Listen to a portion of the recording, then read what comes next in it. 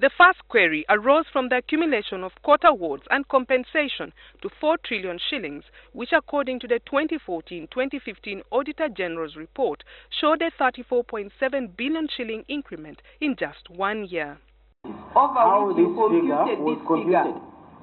We want to know how it arrived there. We want to know the MDAs that are not cooperating and not doing their work. The very reason that we have this figure. So could you provide that information? No, these are cases in the system. These are cases at different stages of litigation.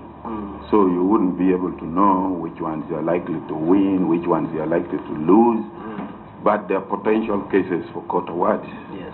Yeah, because some cases are open and shut.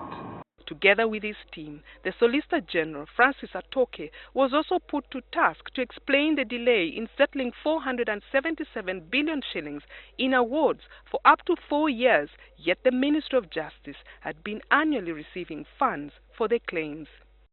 So could you explain to the committee why you have consistently presided over this accumulation over this whole period, and now we have this liability and the interest accumulating, and what are you doing in the ministry?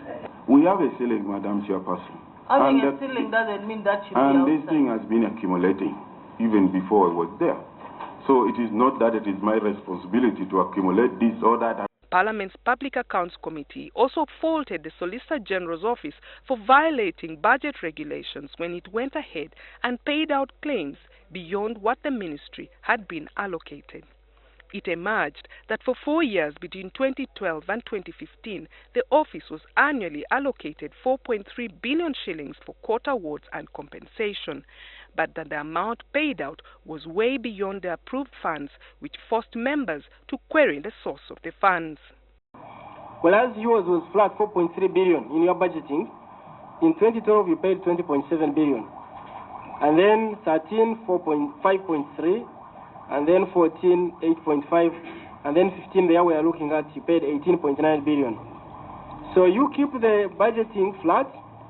Probably you don't want Parliament to scrutinize your budget properly, but when it comes to actual payments, you pay much way above. What was the source of that funding? Honorable Chair. In all instances, you have less money, but you are paying more.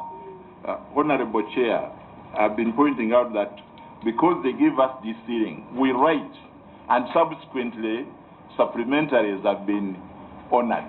Give us the documents that there was supplementary of maybe 13 point something billion, and then Honorable Chair, off cuff, I don't have that information of the supplementary. There are also concerns over the actual amount of money paid to the former national chairman of the Democratic Party Boniface Byanyima for his ranch.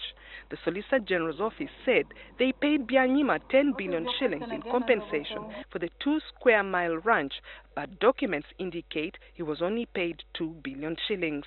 No, the 10 billion went to Byanyima and 4 billion went for compensation of Kigo.